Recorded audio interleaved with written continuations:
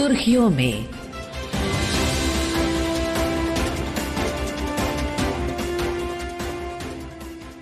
ये आकाशवाणी है। प्रस्तुत है कार्यक्रम सुर्खियों में। इसके अंतर्गत सुनिए वैश्विक आर्थिक शक्ति के रूप में उभरते भारत पर चर्चा। इसमें भाग ले रहे हैं आर्थिक विश्लेषक शिशिर सिन्हा। कार्यक्रम का संचालन कर रहे हैं सुबोध मिश्रा। भारत आज दुनिया की सबसे तेजी से विकसित हो रही प्रमुख अर्थव्यवस्थाओं में से एक बन चुका है। 6.5% की जीडीपी वृद्धि दर, रिकॉर्ड निर्यात और विदेशी निवेश में बढ़ोतरी ने भारत को वैश्विक मंच पर एक मजबूत आर्थिक शक्ति के रूप में स्थापित किया है। आज इसी पर विस्तार से चर्चा के लिए हमारे साथ हैं वरिष्ठ आर्थिक पत्रकार शिशिर सिन्हा। शिशिर जी, सुर्खियों में आपका स्वागत है। धन्यवाद, नमस्कार। शिशिर जी, आप भारत को एक वैश्विक आर्थिक शक्ति के रूप में कैसे परिभाषित करना चाहेंगे? अगर पिछले 2 रिपोर्ट को अगर आप देखें, अंतर्राष्ट्रीय मुद्रा कोष की बात करें या विश्व बैंक की बात करें, और साथ ही साथ आप एशियन डेवलपमेंट बैंक की भी रिपोर्ट को ले लीजिए, इन 3 रिपोर्ट में एक बात सामने आई कि विश्व की आर्थिकी की विकास दर जो है उसमें गिरावट आई है, लेकिन भारत की विकास दर में उस तरीके की गिरावट देखने को नहीं मिली। स्थिति ये भी है कि कई संस्थाओं ने जो है उसमें सुधार भी किया। जहां पहले हम 6.2 की बात कर रहे थे, 6.3 की बात कर रहे थे, अब 6.5% तक इस कारोबारी साल यानी कि 2025-26 तक पहुंचने का अनुमान है। रिजर्व बैंक ने भी अपने अनुमान को 6.5-6.6 के करीब में ही रखा है। अब इन सभी के पीछे क्या कारण है? खास तौर पर जब वैश्विक परिस्थितियां आपके अनुकूल नहीं हैं, जिस तरह की अनिश्चितताएं हैं, उन अनिश्चितताओं के बीच में हम अगर तेजी से विकसित करने वाले देश हैं तो उसके लिए कारण क्या है? सबसे बड़ा जो कारण है कि आपकी नीतियों में अस्थायित्व है, जिससे कि आर्थिकी को आगे बढ़ने में मदद मिल रही है। पिछले अगर 10 साल 11 साल में आर्थिक नीतियों की बात करें, चाहे वो मेक इन इंडिया हो या फिर आप पीएलआई स्कीम की बात कर लीजिए या फिर आप प्रधानमंत्री किसान सम्मान निधि की बात कर लीजिए, इन सभी नीतियों का असर ये हुआ है कि अर्थव्यवस्था के अलग अलग क्षेत्रों में विकास के लिए रास्ता और बेहतर हो पाया है। एक और बात यहाँ पर महत्वपूर्ण है कि ट्रेडिशनल इंडस्ट्रीज यानी कि पारंपरिक उद्योग अगर आगे बढ़े तो स्टार्टअप्स की संख्या भी आपके यहाँ काफी तेजी से बढ़ी है। तो इन सब का मिला जुला स्वरूप ये है कि वैश्विक परिस्थितियां अनिश्चितता के दौर में भले ही हो, लेकिन आपके विकास के लिए जो जरूरी साधन है, जो जरूरी माहौल है, वातावरण है, वो तैयार है। और एक महत्वपूर्ण मुद्दा ये भी है कि घरेलू मांग हमारी इतनी बड़ी है जो कि वैश्विक मांग में कमी की स्थिति में उद्योग को सहारा देने के लिए काफी होता है। और यही सब कारण है जिसकी वजह से हम आज दुनिया के सबसे तेजी से विकसित होने वाले देश में हैं। आपने लगभग सभी बिंदुओं का जिक्र कर दिया है, तो हम एक एक करके अब उन पर चर्चा करते हैं। भारत की 6.5% जो जीडीपी वृद्धि दर है वो मुख्य रूप से किन कारकों पर आधारित है? देखिए, हमारी जो अर्थव्यवस्था वो 3 क्षेत्रों में है। कृषि है, सेवा क्षेत्र है और आपका उद्योग क्षेत्र है। सेवा क्षेत्र की स्थिति जो है उसमें खास तौर पे 2 क्षेत्रों के ऊपर आप अगर गौर करेंगे, जिसको एक है कंस्ट्रक्शन यानी कि विनिर्माण का क्षेत्र है और दूसरा जो है वो फाइनेंशियल सर्विसेज है। कंस्ट्रक्शन का क्षेत्र का जिक्र करना इसलिए जरूरी है क्योंकि विनिर्माण का क्षेत्र 400 तरह की आर्थिक गतिविधियों को प्रत्यक्ष और अप्रत्यक्ष तरीके से प्रोत्साहन देता है। तो अगर आपका कंस्ट्रक्शन सेक्टर काफी तेजी से आगे बढ़ रहा है, निर्माण में काफी अच्छी बढ़ोतरी देखने को मिल रही है, तो उसका फायदा अर्थव्यवस्था को मिलता है।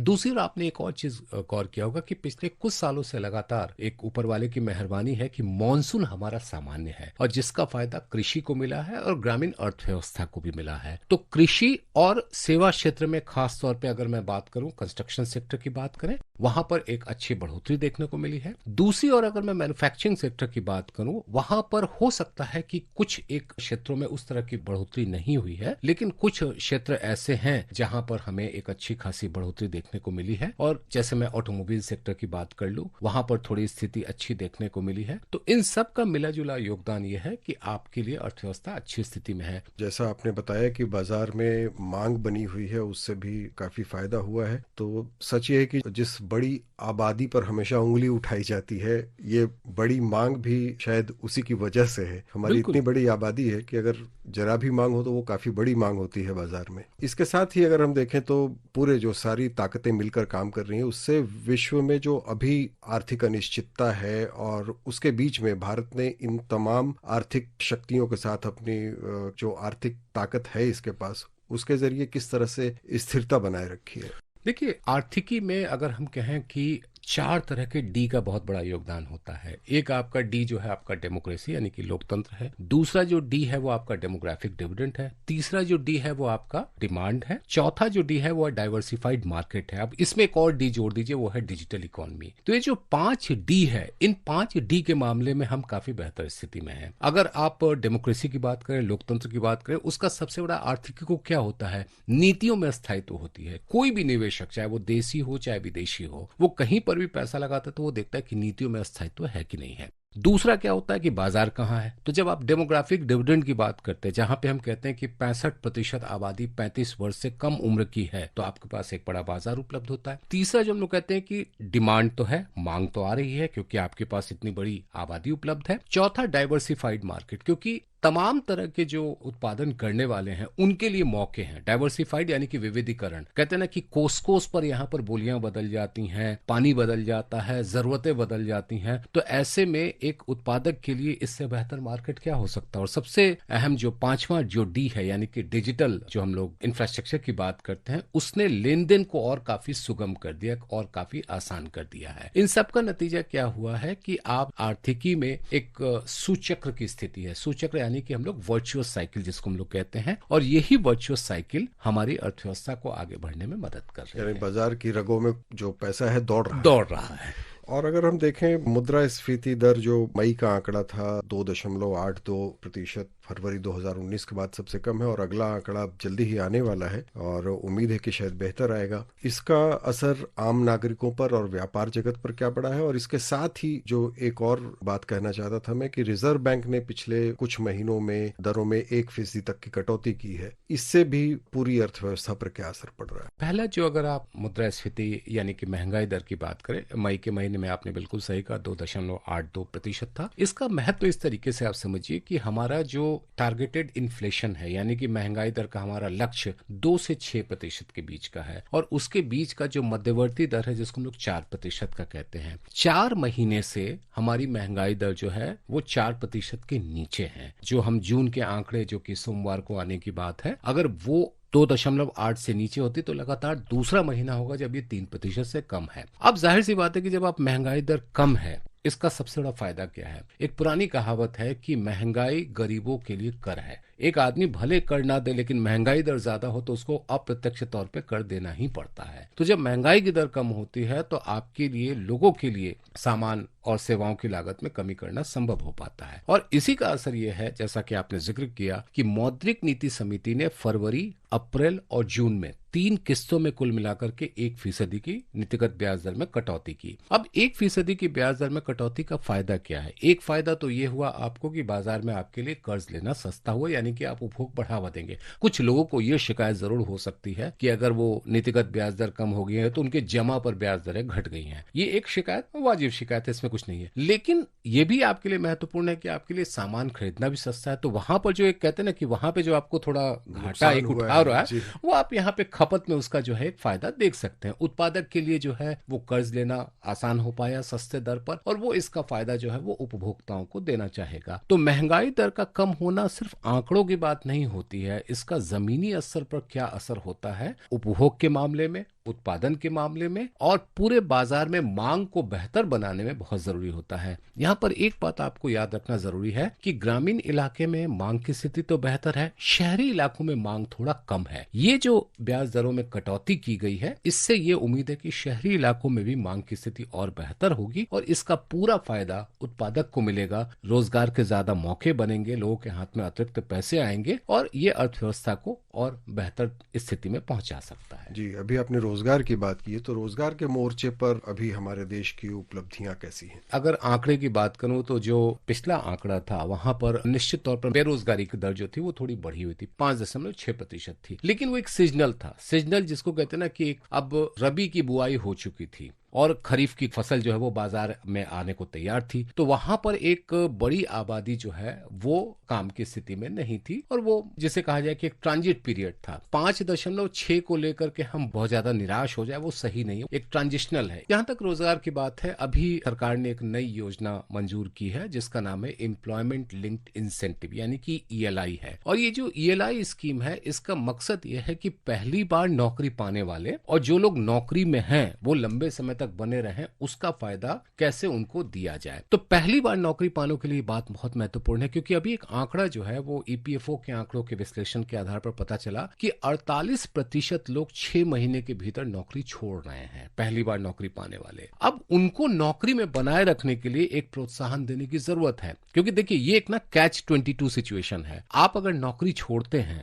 पहले 6 महीने में तो आपका बायोडाटा कमजोर होता है। जब आप नई नौकरी के लिए जाते हैं तो आपसे एम्प्लॉयर पूछता है कि आपके पास अनुभव क्या है, आप कहते हैं अनुभव तो मेरे पास इतना ही है, और उसका असर आपके कौशल्य पे, आपके प्रशिक्षण पे पड़ता है। लेकिन अगर आपको प्रोत्साहन दिया जाए कि आप लंबे समय तक टिका रहें, तो इसमें क्या, फर्स्ट टाइमर को 1 साल में 1 महीने के बराबर की तनख्वाह एक प्रोत्साहन के तौर पर आपको दी जा रही है कि 15,000 रुपए तक आपकी तनख्वाह है, 7,500 रुपया पहले 6 महीने के बाद, फिर 7,500 रुपया अगले 6 महीने के बाद। तो इसका फायदा क्या होगा कि जो लोग नौकरी में आएंगे ऑन जॉब ट्रेनिंग के लिए, उनके पास एक इंसेंटिव होगा, और ये इंसेंटिव रोजगार की स्थिति बेहतर करेगा। दूसरी ओर जो पार्ट बी है इस स्कीम का, जहां पर तीसरे और चौथे साल में जो मैन्युफैक्चरिंग में बने रहते हैं उनके लिए अतिरिक्त प्रोत्साहन देने की बात है, तो उनके लिए और कौशल्य बेहतर हो सकता है। तो ये जो एम्प्लॉयमेंट लिंक्ड इंसेंटिव स्कीम है, इसकी कोशिश ये है कि कौशल्य और रोजगार, मतलब एक कोई ना बढ़े, बढ़े, दोनों के लिए बेहतर स्थिति बन सके। और भारत के निर्यात में जो रिकॉर्ड वृद्धि हुई है उसमें कौन से क्षेत्र सबसे अधिक योगदान कर रहे हैं?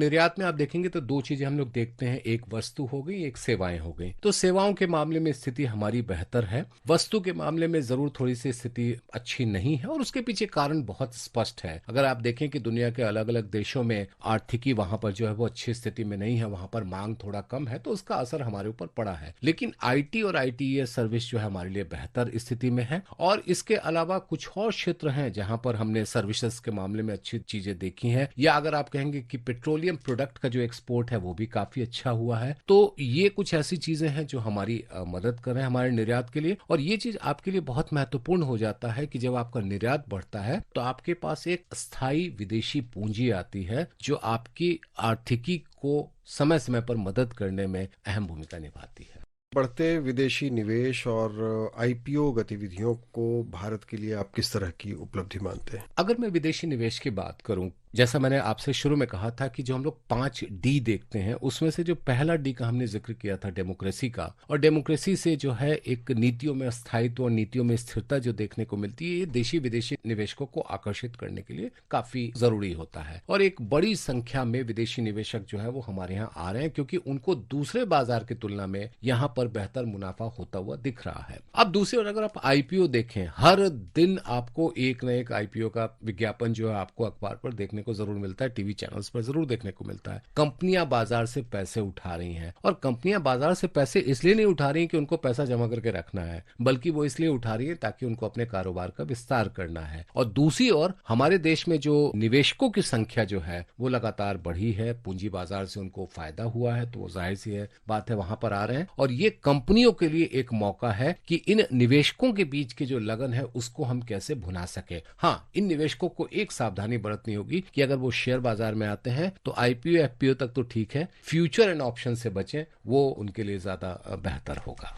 शिशिर जी, आर्थिक शक्ति के रूप में भारत की यात्रा पर आपने बहुत बहुमूल्य जानकारियां दी, आपका बहुत बहुत धन्यवाद। धन्यवाद। अभी आप सुन रहे थे वैश्विक आर्थिक शक्ति के रूप में उभरते भारत पर चर्चा। इसमें भाग ले रहे थे आर्थिक विश्लेषक शिशिर सिन्हा। कार्यक्रम का संचालन कर रहे थे सुबोध मिश्रा। यह कार्यक्रम आकाशवाणी के समाचार सेवा प्रभाग द्वारा प्रस्तुत किया गया। इसे आप हमारे mobile app news on AIR और YouTube channel news on AIR official पर भी सुन सकते हैं। इस कार्यक्रम के संबंध में अपनी प्रतिक्रिया आप हमें ईमेल या व्हाट्सएप के माध्यम से भेज सकते हैं। ईमेल का पता है airnsttalks@gmail.com और व्हाट्सएप नंबर है 9289094044। सुर्खियों में